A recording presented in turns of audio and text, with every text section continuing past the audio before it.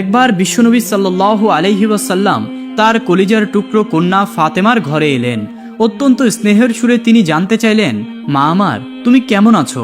বাবার কণ্ঠ শুনে ফাতেমা রাদিয়াল্লাহু তাআলা আনহা বিনয়ের সাথে উত্তর দিলেন, হে আল্লাহর রাসূল, আল্লাহর অশেষ মেহেরবানিতে আমি বেশ ভালো আছি। তবে ইদানিং একটা অদ্ভুত ও চমৎকার বিষয় টের পাচ্ছি। মাঝে মাঝেই আমার গর্ভের ভিতর কেমন যেন একটা পবিত্র আলোড়ন তৈরি হয়, ঠিক যেন মনে হয় ভেতর থেকে কেউ একাগ্র চিত্তে মহান আল্লাহর জিকির করছে। কন্যার মুখে এমন অলৌকিক কথা শুনে আল্লাহর নবী সাল্লাল্লাহু আলাইহি ওয়াসাল্লাম অত্যন্ত বিস্মিত হলেন। তিনি খুশিতে আত্মহারা হয়ে সুসংবাদ দিয়ে বললেন, তোমার এই সন্তান পৃথিবীর বুকে একজন বড় মাপের পুণ্যবান মানুষ হবে, যার অন্তরের প্রতিটি কোণ সবসময় আল্লাহর স্মরণে ব্যাকুল থাকবে। এর কিছুদিন পর এক রাতে হজরতে আলী রাদিয়াল্লাহু তাআলা আনহু হঠাৎ করে লক্ষ্য করলেন ফাতেমা রাদিয়াল্লাহু তাআলা আনহা বিছানা ছেড়ে উঠে পড়েছেন। পরম যত্নে ওযু শেষ করে তিনি রাতের শেষ প্রহরে তাহাজ্জুদের জায়নামাজে গিয়ে দাঁড়ালেন। গর্ভবতী হওয়ায় শরীরটা তখন বেশ ভারী, নড়াচড়া করতেই ক্লান্তি চলে আসতো। অথচ সেই অবস্থাতেও তিনি এক মনে দীর্ঘ সময় ধরে পবিত্র কোরআনের আয়াত তেলাওয়াত করে যাচ্ছিলেন। এরপর যখন সিজদায় গেলেন, দীর্ঘক্ষণ ধরে প্রভুর চরণে মাথা লুটিয়ে পড়ে রইলেন। সালাত শেষ হওয়ার পর হজরতে আলী রাদিয়াল্লাহু তাআলা আনহু ভালোবাসার সুরে তার কাছে এগিয়ে গেলেন। কিছুটা চিন্তিত কণ্ঠে জিজ্ঞেস করলেন, ফাতেমা, শরীরটা নিয়ে তুমি এমনিতেই ভীষণ ক্লান্ত, এই গভীর রাতে এত কষ্ট করে কেন নামাজে দাঁড়ালে? ফাতেমা রাদিয়াল্লাহু তাআলা আনহা তখন শান্ত ও স্নিগ্ধ কণ্ঠে উত্তর দিলেন, আমি আসলে চাই আমাদের সন্তান দুনিয়াতে আসার আগেই যেন আল্লাহর স্মরণে অভ্যস্ত হয়ে ওঠে। মায়ের গর্ভে থাকতেই যদি সে আল্লাহর কালামের এই পবিত্র সুর শুনতে পায়, তবে এই বাণীর স্বর্গীয় আলোতেই তার নিষ্পাপ অন্তরটা চিরদিনের জন্য আলোকিত হয়ে উঠবে। এর কিছুদিন পর একদিন দুপুরে আল্লাহর রাসূল সাল্লাল্লাহু আলাইহি ওয়াসাল্লাম তার মেয়ে ফাতেমার ঘরে এলেন। ফাতেমা রাদিয়াল্লাহু তাআলা আনহা তখন বিছানায় শুয়ে কিছুটা বিশ্রাম নিচ্ছিলেন। বাবাকে দেখে তিনি বললেন, আব্বাজান, আজ আমি একটা অন্যরকম স্বপ্ন দেখলাম পুরো ঘর যেন একটা আলোয় ভরে গেল, আর সাদা পোশাক পরা কয়েকজন ফেরেশতা এসে আমাকে সালাম দিলেন।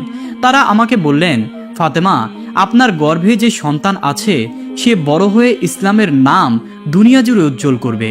মেয়ের কথা শুনে আল্লাহর নবী সাল্লাল্লাহু আলাইহি ওয়াসাল্লাম মুচকি হাসলেন এবং বললেন, তোমার গর্ভের এই সন্তান আমার চোখ জুড়িয়ে দেবে, আর সে হবে আমার উম্মতের একজন বড় নেতা। মা ফাতেমা রাদিয়াল্লাহু তাআলা আনহা প্রতিদিন আল্লাহর দরবারে হাত তুলে মোনাজাত করতেন। তিনি বলতেন, হে আল্লাহ, আমার এই সন্তানকে আপনি ঈমানদার বানান, তাকে পরহেজগার আর সাহসী করুন, যেন সে সারা জীবন সত্য আর ন্যায়ের পথে চলতে পারে। এভাবে গর্ভকালীন পুরোটা সময় তিনি ইবাদত, সবর আর আল্লাহর দরবারে শুকরিয়া আদায় করেই পার করতেন।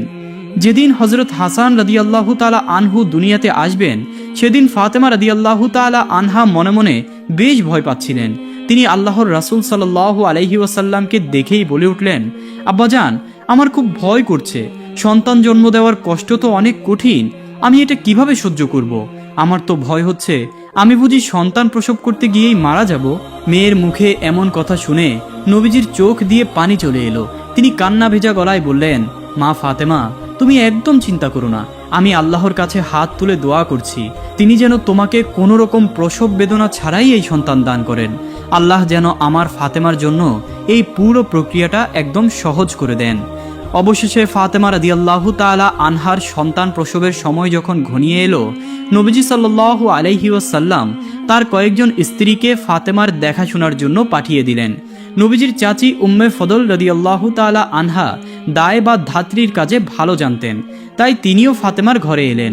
উম্মে ফদল যখন ঘরের ভেতর ঢুকছিলেন, তখন আল্লাহর নবী সাল্লাল্লাহু আলাইহি ওয়াসাল্লাম বাইরে দাঁড়িয়ে কাঁদছিলেন।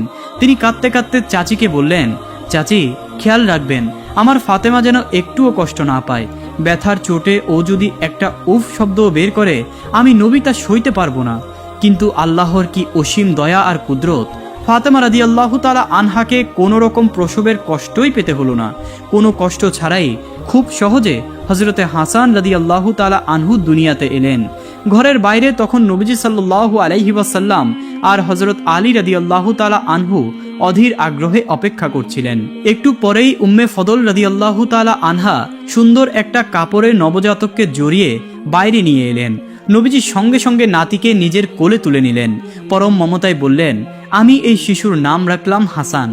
এই বলেই তিনি ছোট্ট হাসান রাদিয়াল্লাহু তাআলা আনহুকে বুকের সাথে জড়িয়ে ধরলেন এবং তার কপালে ও ঠোঁটে গভীর ভালোবাসায় চুমু খেতে লাগলেন। বড় ছেলে হাসান রাদিয়াল্লাহু তাআলা আনহু তখন একদমই ছোট, মাত্র কয়েক মাস বয়স। ঠিক এই সময়েই ফাতেমা রাদিয়াল্লাহু তাআলা আনহা জানতে পারলেন যে তিনি আবারও মা হতে চলেছেন। আগের বারের মতোই মদিনার শত ব্যস্ততা সামলেও আল্লাহর রাসূল সাল্লাল্লাহু আলাইহি ওয়াসাল্লাম প্রতিদিন নিয়ম করে মেয়ের বাড়িতে আসতেন। মেয়ের শারীরিক অবস্থা কেমন, কোনো কষ্ট হচ্ছে কিনা, এসব খোঁজ খবর নিজে দাঁড়িয়ে নিতেন। এমনই এক সাধারণ দিনে নবীজি সাল্লাল্লাহু আলাইহি ওয়াসাল্লাম যখন মা ফাতেমার ঘরে এসে বসলেন, তখন ফাতেমা রাদিয়াল্লাহু তাআলা আনহা তার মনের এক গভীর জমানো আশঙ্কার কথা প্রকাশ করলেন। তিনি অত্যন্ত নরম সুরে বললেন, আব্বাজান, এবারের গর্ভাবস্থাটা আমার কাছে একটু অন্যরকম লাগছে। মনের ভিতর কেন যেন একটা অজানা ভয় তাড়া করে বেড়াচ্ছে। আমার কেবলই মনে হচ্ছে আমার গর্ভের এই সন্তানটি দুনিয়াতে সাধারণ কোনো জীবন কাটাতে আসছে না, সে হয়তো অনেক বড় কোনো কঠিন পরীক্ষার মুখোমুখি হতে যাচ্ছে। এই কথা শুনে আল্লাহর নবী সাল্লাল্লাহু আলাইহি ওয়াসাল্লাম তাকে বললেন, মা, তুমি মন শক্ত করো এবং ধৈর্য ধরো। তোমার এই সন্তান বড় হয়ে আল্লাহর দ্বীনের জন্য এমন এক নজিরবিহীন কোরবানি দেবে যা মানবজাতির ইতিহাসে এর আগে কেউ কখনো দেয়নি, আর ভবিষ্যতেও কেউ কোনোদিন দিতে পারবে না। বাবার মুখ থেকে এমন এক মারাত্মক ও কঠিন ভবিষ্যতের কথা শুনেও একজন মা হিসেবে ফাতেমা রাদিয়াল্লাহু তাআলা আনহা বিন্দুমাত্র বিচলিত হলেন না, বরং ইসলামের প্রতি তার নিখাদ ভালোবাসা প্রকাশ করে তিনি দৃঢ় কণ্ঠে বললেন, আব্বাজান, আমার সন্তানের জীবন যদি মহান আল্লাহর রাস্তায় উৎসর্গ করতেই হয়, তবে একজন মা হিসেবে এতে আমার কোনোই আপত্তি নেই। আল্লাহর এই সিদ্ধান্তের উপর আমি মনে প্রাণে সন্তুষ্ট। গর্ভাবস্থার একদম শেষের দিকে সন্তান ভূমিষ্ঠ হওয়ার আর মাত্র কিছুদিন বাকি। ঠিক এমন একটা সময়ে হযরতে ফাতেমা রাদিয়াল্লাহু তাআলা আনহা ঘুমে থাকা অবস্থায় খুব অদ্ভুত একটা স্বপ্ন দেখলেন। স্বপ্নে তিনি দেখলেন চারদিকেই শুধু ধুধু বালুচর, বিশাল এক রক্তহীন করা মরুভূমির ময়দান, আর সেই উত্তপ্ত ময়দানে একদল সশস্ত্র সৈন্য ঘিরে ধরেছে ছোট্ট একটি শিশুকে। কিন্তু আশ্চর্যের বিষয় হলো, চারপাশে অতগুলো সৈন্য অস্ত্র হাতে দাঁড়িয়ে থাকা সত্ত্বেও শিশুটির চেহারায় কোনো ভয় বা আতঙ্কের ছাপ নেই। সে যেন অসীম সাহস নিয়ে সোজা হয়ে দাঁড়িয়ে আছে। আর ঠিক ওই মুহূর্তে আসমান থেকে একটা নূরের আলো এসে সরাসরি সেই শিশুটির উপর পড়ল। স্বপ্নের দৃশ্যটা এতটাই স্পষ্ট আর ভারী ছিল যে মুহূর্তের মধ্যেই হযরত ফাতেমা রাদিয়াল্লাহু তাআলা আনহার ঘুম ভেঙে গেল। বুকে ধরফরানি নিয়ে তিনি পাশেই থাকা হযরতে আলী রাদিয়াল্লাহু তাআলা আনহুকে ডেকে তুললেন। স্বপ্নের কথা বিস্তারিত জানিয়ে তিনি এক অজানা আশঙ্কায় বললেন, আলী, আমি জানি না আমার এই সন্তানের কপালে কি লেখা আছে, তবে আমার কেন যেন মন বলছে সে সাধারণ কোনো জীবন পাবে না, বড় কোনো মহাপরীক্ষার জন্যই হয়তো তার জন্ম হতে যাচ্ছে। এর কিছুদিন পর, সময়টা ছিল হিজরি ৪র্থ সালের শাবান মাসের ৫ তারিখ। মদিনার সেই সকালটা ছিল খুবই শান্ত ও স্নিগ্ধ। বড় ছেলে হযরতে হাসান রাদিয়াল্লাহু তাআলা আনহুর জন্মের ঠিক ১ বছরের মাথায় হযরতে ফাতেমা রাদিয়াল্লাহু তাআলা আনহা দ্বিতীয়বারের মতো সন্তান জন্ম দিতে যাচ্ছেন। ঘরের ভেতরের পরিবেশটা ছিল একদম নিস্তব্ধ। দূর থেকে শুধু মসজিদে নববী থেকে ভেসে আসা আজানের মিষ্টি সুর শোনা যাচ্ছিল। ঘরের ভেতর ফাতেমা রাদিয়াল্লাহু তাআলা আনহার পাশে ছিলেন মদিনার কয়েকজন সম্মানিত নারী সাহাবী। তাদের মধ্যে উম্মে সালামা রাদিয়াল্লাহু তাআলা আনহা এবং উম্মে ফদল রাদিয়াল্লাহু তাআলা আনহা মা ফাতেমার দেখাশোনা করছিলেন। আর ঘরের ঠিক বাইরে উৎকণ্ঠা নিয়ে অপেক্ষা করছিলেন বিশ্বনবী হযরত মুহাম্মদ সাল্লাল্লাহু আলাইহি ওয়াসাল্লাম এবং হযরতে আলী রাদিয়াল্লাহু তাআলা আনহু। এর আগের বারের মতোই এবারও মহান আল্লাহর বিশেষ কুদরতে হযরতে ফাতেমা রাদিয়াল্লাহু তাআলা আনহাকে কোনো ধরনের প্রসব বেদনা বা শারীরিক যন্ত্রণা সহ্য করতে হলো না। কোনো রকম কষ্ট ছাড়াই খুব সহজে ঘরে আলো করে এলো দ্বিতীয় সন্তান। সন্তানের জন্ম হওয়া মাত্রই উম্মে ফদল রাদিয়াল্লাহু তাআলা আনহা দরজার কাছে গিয়ে আল্লাহর নবীকে সুসংবাদ দিয়ে বললেন, ইয়া রাসূলুল্লাহ, আপনার ঘরে আরও এক নাতির আগমন ঘটেছে। সুসংবাদ পাওয়া মাত্রই হযরতে আলী রাদিয়াল্লাহু তাআলা আনহু এবং রাসূলুল্লাহ সাল্লাল্লাহু আলাইহি ওয়াসাল্লাম আনন্দের সাথে ঘরে প্রবেশ করলেন। হযরত ফাতেমা রাদিয়াল্লাহু তাআলা আনহা তখন পরম মায়া নিয়ে নবজাতকের মুখের দিকে তাকিয়ে আছেন। শিশুপুত্রটির মুখমণ্ডলের এক অপূর্ব আলো জ্বলজ্বল করছিল, আর তার ঠোঁট দুটি এমনভাবে নড়ছিল যেন জন্ম নেওয়ার পর থেকেই সে মনে মনে মহান আল্লাহর জিকিরে মগ্ন হয়ে আছে। আল্লাহর রাসূল সাল্লাল্লাহু আলাইহি ওয়াসাল্লাম পরম ভালোবাসায় নিজের কোল তুলে নিলেন ছোট নাতিকে। তাকে বুকের সাথে জড়িয়ে ধরে ডান কানে আজান এবং বাম কানে একামত দিলেন। এরপর একটি খেজুর নিজের মুখে চিবিয়ে তার সামান্য অংশ নবজাতকের মুখে তুলে দিলেন। পরম স্নেহে নাতির দিকে তাকিয়ে বিশ্বনবী সাল্লাল্লাহু আলাইহি ওয়াসাল্লাম ঘোষণা করলেন, আমি আমার এই আদরের নাতির নাম রাখলাম হুসাইন। ছোট্ট হুসাইন রাদিয়াল্লাহু তাআলা আনহুর জন্মের ঠিক 7ম দিনে বিশ্বনবী সাল্লাল্লাহু আলাইহি ওয়াসাল্লাম পরম স্নেহে আকিকার আয়োজন করলেন। ইসলামের বিধান অনুযায়ী 2টি ভেড়া জবাই করা হলো। এরপর নাতির মাথার চুল কেটে সেই চুলের সমপরিমাণ রূপা মেপে তা মদিনার দরিদ্র মানুষদের মাঝে সাদকা করে দেওয়া হলো।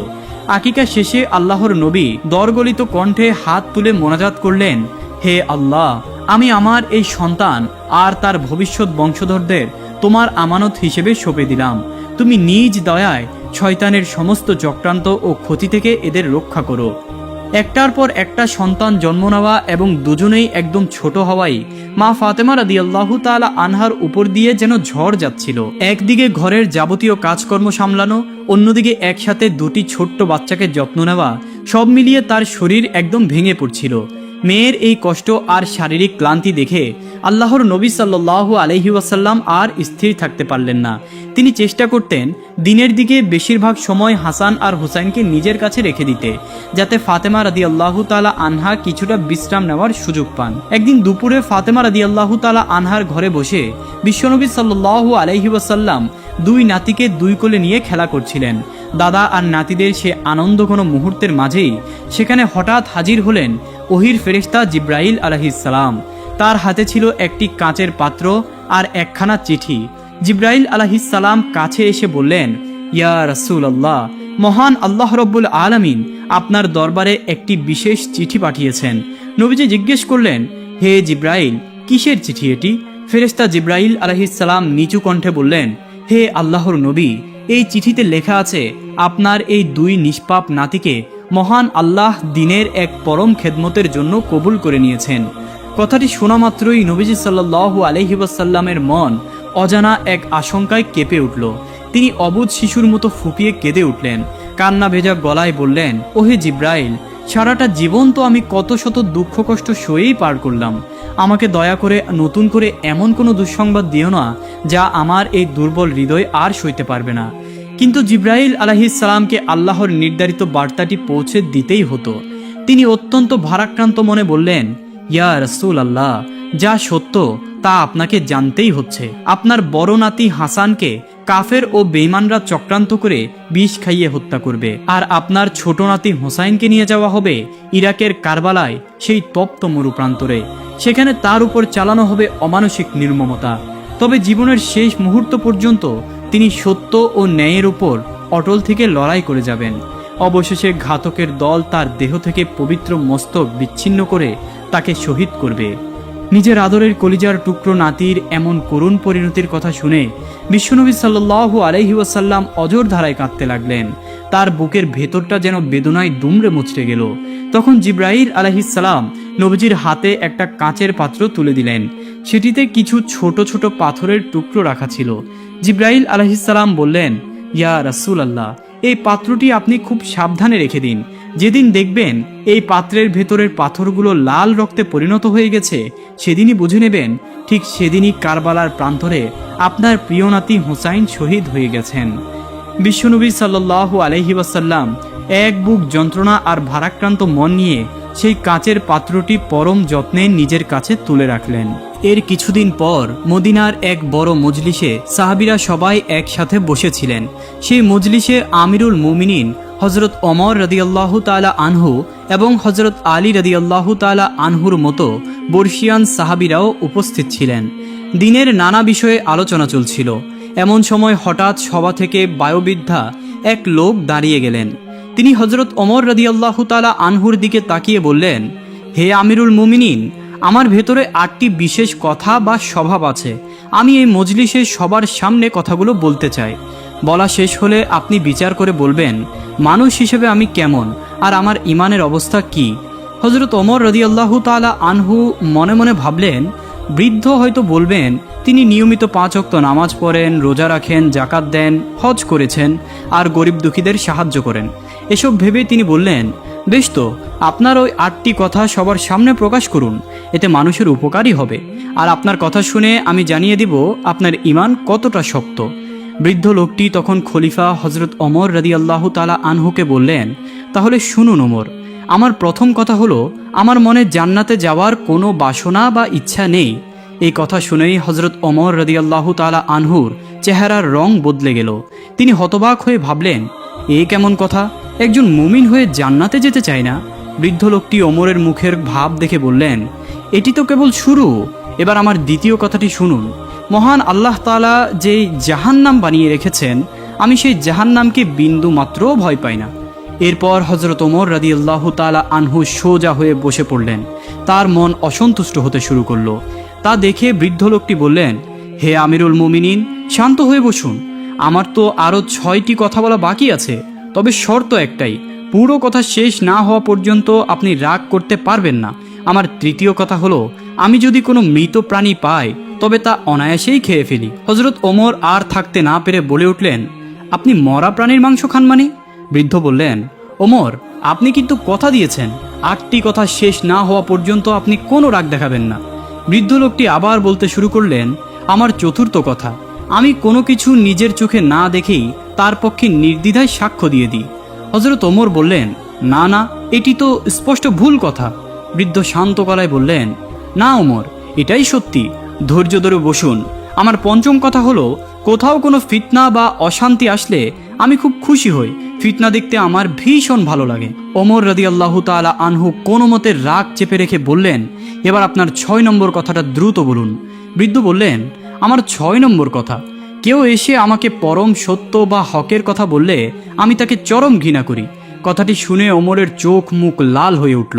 বৃদ্ধ এবার বললেন, আমার সপ্তম কথা, আকাশ থেকে যখন আল্লাহর রহমত নেমে আসে আমি সেখান থেকে পালিয়ে বাঁচি। আর 8 নম্বর কথাটি সবচেয়ে মন দিয়ে শুনুন। ইহুদি এবং খ্রিস্টানরা যেসব কথা বলে আমি সেগুলোকে একদম সত্যি বলে মনে করি। 8টি কথা শেষে বৃদ্ধ লোকটি বললেন, হে আমিরুল মুমিনিন, আমার কথা বলা শেষ, এবার বলুন আমার এমন স্বভাবের জন্য আপনি আমাকে কি সাজার আদেশ দেবেন? সবগুলো কথা শোনার পর হযরত ওমর রাদিয়াল্লাহু তাআলা আনহু আর নিজের রাগ ধরে রাখতে পারলেন না। তিনি এক ঝটকায় দাঁড়িয়ে গিয়ে বললেন, এসব কি ধরনের ভুলভাল আর বেদিনী কথা? আমার তো ইচ্ছে করছে আপনার বিরুদ্ধে ঈমান হারানোর ফতোয়া জারি করি। মন চাইছে চাবুক মেরে আপনার শরীরের ছাল চামড়া তুলে দিই। হযরত ওমর যখন রাগে শক্ত হয়ে বৃদ্ধকে শাস্তির জন্য ধরতে যাচ্ছিলেন, ঠিক তখনই পাশে থাকা হযরত আলী রাদিয়াল্লাহু তাআলা আনহু হাত বাড়িয়ে ওমরকে থামিয়ে দিলেন। তিনি অত্যন্ত শান্ত কণ্ঠে বললেন, হে আমিরুল মুমিনিন, একটু থামুন। এই বৃদ্ধ লোকটি এতক্ষণ যেসব কথা বলেছে তার গূঢ় অর্থ বিশ্লেষণ করলে দেখা যাবে ঈমানের বিচারে তিনি আমার বা আপনার চেয়েও অনেক দূর এগিয়ে আছেন। হযরত আলীর কথা শুনে খলিফা ওমর চরম অবাক হয়ে গেলেন। মনে মনে ভাবলেন, আলী এই কি কথা বলছেন? একজন লোক এমন ইসলাম বিরোধী কথা বলার পরেও আমাদের চেয়ে ঈমানে এগিয়ে আছে, নিশ্চয় এর পেছনে গভীর কোনো রহস্য লুকিয়ে আছে। হযরত আলী রাদিয়াল্লাহু তাআলা আনহু এবার মুচকি হেসে বললেন, আমিরুল মুমিনিন, আপনি বসুন। আমি পবিত্র কোরআনের আলোকে এই বৃদ্ধের প্রতিটি কথার আসল অর্থ বুঝিয়ে দিচ্ছি। তিনি বলতে লাগলেন, বৃদ্ধের প্রথম কথাটি ছিল তার জান্নাতে যাওয়ার কোনো চাওয়া নেই। তিনি একদম সত্য বলেছেন, কারণ তিনি শুধু জান্নাতের নিয়ামত চান না, বরং জান্নাতের মহান সৃষ্টিকর্তা আল্লাহ তাআলাকে চান।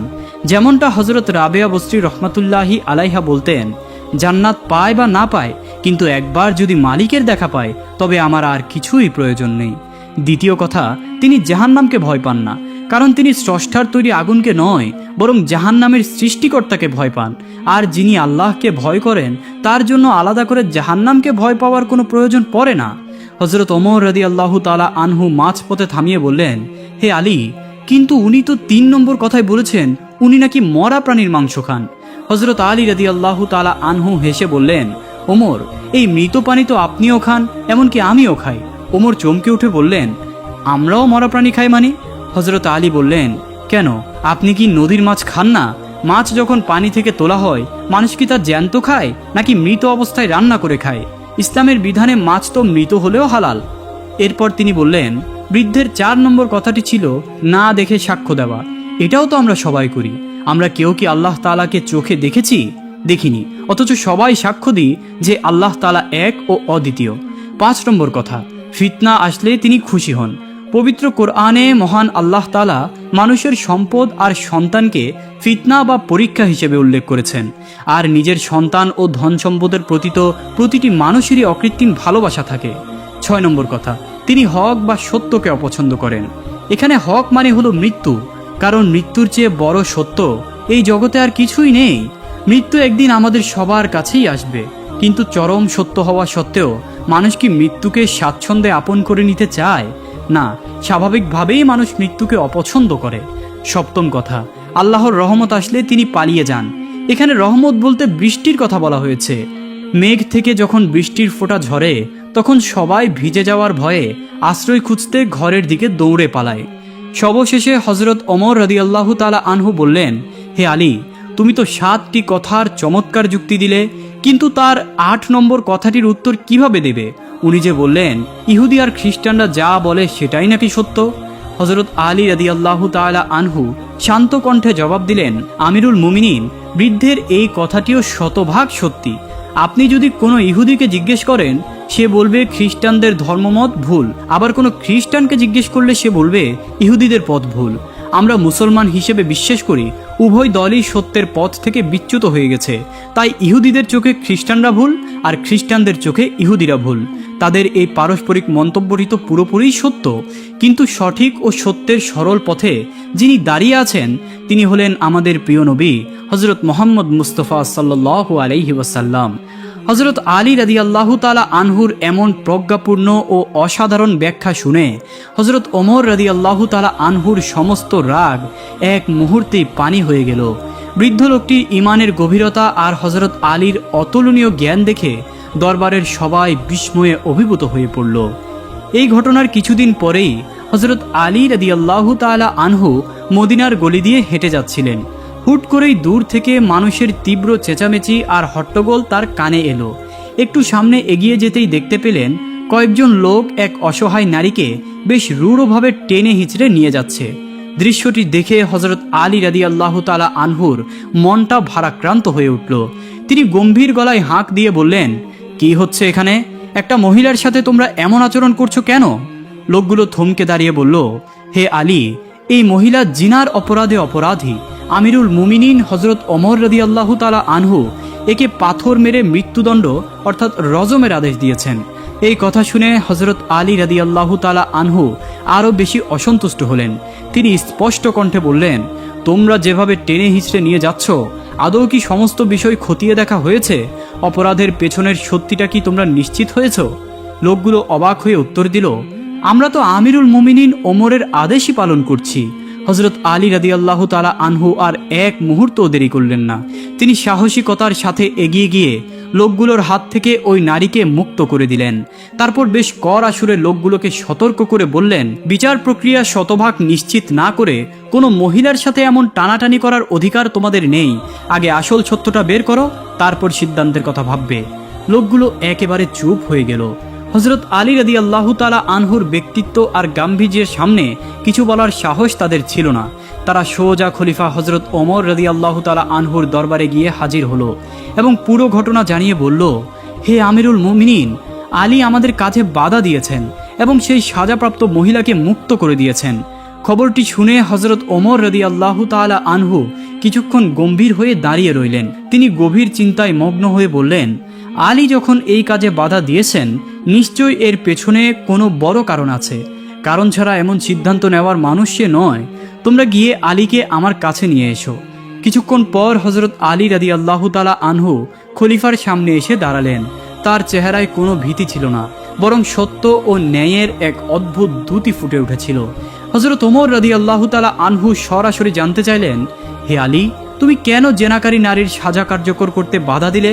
হযরত আলী রাদিয়াল্লাহু তাআলা আনহু পরম বিনয়ের সাথে অত্যন্ত শান্ত সুরে বললেন, হে আমিরুল মুমিনিন, আপনি কি বিশ্বনবী সাল্লাল্লাহু আলাইহি ওয়াসাল্লামের সেই প্রসিদ্ধ হাদিসটি ভুলে গেছেন? তিনি তো বলেছেন 3 ধরনের ব্যক্তির হিসাব নিকাশের কলম উঠিয়ে রাখা হয়েছে।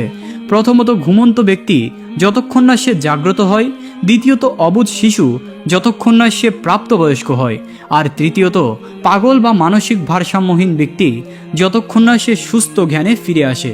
হযরত ওমর রাদিয়াল্লাহু তাআলা আনহু কিছুক্ষণ ভেবে বললেন, হ্যাঁ, আল্লাহর রাসূলের এই হাদিস তো আমার জানা আছে, কিন্তু এই মহিলার ক্ষেত্রে তোমরা এই কথা বলার কারণ কি আলী? হযরত আলী রাদিয়াল্লাহু তাআলা আনহু তখন মুচকি হেসে বিষয়টি বিস্তারিতভাবে বুঝিয়ে বললেন, হে আমিরুল মুমিনিন, এই নারী মূলত মৃগী রোগে আক্রান্ত। যখন তার এই রোগের আক্রমণ হয় তখন সে নিজের জ্ঞান হারিয়ে ফেলে এবং পুরোপুরি মানসিক ভারসাম্যহীন হয়ে পড়ে। ঠিক তেমনই এক অসুস্থতার সুযোগ নিয়ে কোনো এক দুশ্চরিত্র পুরুষ তার অবর্তমানে এই কাজটি করে ফেলেছে। যেহেতু ওই সময়ে তার নিজের ব্রেইনের উপর কোনো নিয়ন্ত্রণ ছিল না, তাই শরীয়তের দৃষ্টিতে সে এই অপরাধের জন্য মোটেও দায়ী হতে পারে না। ঘটনার আসল সত্যতা অনুধাবন করতে পেরে হযরত ওমর রাদিয়াল্লাহু তাআলা আনহুর ভুল ভেঙে গেল। তিনি মাথা নেড়ে অত্যন্ত দৃঢ়তার সাথে বললেন, তুমি একদম সঠিক কথা বলেছ আলী। না জেনে এই মহিলার উপর শাস্তি চাপিয়ে দিলে আজ আমার মস্ত বড় অন্যায় হয়ে যেত। তাকে এখনই নিঃশর্ত মুক্তি দেওয়া হোক। সেদিন হযরত আলী রাদিয়াল্লাহু তাআলা আনহুর এই অসাধারণ বিচার বুদ্ধি, সূক্ষ্ম আইনজ্ঞান আর দূরদর্শিতা দেখে হযরত ওমর রাদিয়াল্লাহু তাআলা আনহু সহ উপস্থিত সবাই মুগ্ধ হয়ে গেলেন। আর এভাবেই এক নিরাশ্রয় ও নিরীহ নারী চরম অন্যায়ের হাত থেকে বেঁচে গেল। একদা আমিরুল মুমিনিন হযরত আলী রাদিয়াল্লাহু তাআলা আনহুর শাসনকালে একদিন তিনি মদিনার একটা ব্যস্ত বাজার দিয়ে হেঁটে যাচ্ছিলেন। হঠাৎ ভিড়ের মধ্যে এক ব্যক্তির হাতে একটা বর্ম দেখে তার চোখ আটকে গেল। বর্মটি দেখে চিনতে তার একটুও দেরি হলো না। এটি তো তারই লোহার তৈরি সেই প্রিয় বর্মটি যা কিছুদিন আগে কোথাও হারিয়ে গিয়েছিল। হযরত আলী রাদিয়াল্লাহু তাআলা আনহু লোকটির কাছে এগিয়ে গেলেন। লোকটি ছিল মদিনার এক ইহুদি অধিবাসী। তিনি অত্যন্ত শান্ত ও মার্জিত স্বরে তাকে বললেন, ভাই, তোমার হাতের এই বর্মটি তো আমার। এটি আমি কাউকে বিক্রি করিনি বা আবার দানও করিনি। তুমি এটি কোথায় পেলে? ইহুদি লোকটি সরাসরি অস্বীকার করে বলল, না, এই বর্ম তো আমার। আমি বহুদিন ধরে এটি ব্যবহার করে আসছি, আর দেখতেই পাচ্ছেন বর্মটি এখন আমার দখলেই আছে। রাষ্ট্রের সর্বোচ্চ পদে থাকা সত্ত্বেও হযরত আলী রাদিয়াল্লাহু তাআলা আনহু ক্ষমতার জোর খাটালেন না। তিনি খুব ঠান্ডা মাথায় বললেন, ঠিক আছে, বিতর্ক করে লাভ নেই, চলো আমরা বিচারকের কাছে যাই, তিনি সত্য মিথ্যা ফায়সালা করে দিবেন। এরপর দুজনেই হাজির হলেন মদিনার প্রধান বিচারক কাজী সুরাইহের আদালতে। সুরাইহ ছিলেন অত্যন্ত অভিজ্ঞ এবং ন্যায়পরায়ণ একজন মানুষ। মুসলিম বিশ্বের খলিফাকে একজন সাধারণ বিচারপ্রার্থী হিসেবে আদালতে দাঁড়িয়ে থাকতে দেখে তিনি সম্মানের সাথে জিজ্ঞেস করলেন, হে আমিরুল মুমিনিন, আপনি কি কোনো অভিযোগ নিয়ে এসেছেন? হযরত আলী রাদিয়াল্লাহু তাআলা আনহু বললেন, হ্যাঁ সুরাই, এই ইহুদি লোকটির হাতে যে বর্মটি দেখছেন এটা আসলে আমার। কিছুদিন আগে এটি হারিয়ে গিয়েছিল। আমি নিশ্চিত করে বলছি এটি আমি কাউকে বিক্রিও করিনি, দানও করিনি। কাজী সুরাই তখন ইহুদি লোকটির দিকে ফিরে বললেন, আমিরুল মুমিনিনের এই দাবির ব্যাপারে আপনার কি কিছু বলার আছে? ইহুদি লোকটি নিজের জায়গায় শক্ত হয়ে দাঁড়িয়ে বলল, বিচারক মশাই, বর্মটি পুরোপুরি আমার। দেখুন, এটি আমার হাতেই আছে। আমি কোনো অন্যায় পথে এটি পাইনি, এটি আমার নিজের জিনিস। সব কথা শুনে কাজী সুরাই কিছুক্ষণ চিন্তায় পড়লেন। তারপর হযরত আলী রাদিয়াল্লাহু তাআলা আনহুর দিকে তাকিয়ে বললেন, হে আমিরুল মুমিনিন, আপনার দাবি নিশ্চয়ই সত্য হতে পারে, তবে ইসলামী আইন অনুযায়ী বর্মটি আপনার এই কথার সপক্ষে কি কোনো শক্ত প্রমাণ বা দুজন নিরপেক্ষ সাক্ষী আছে?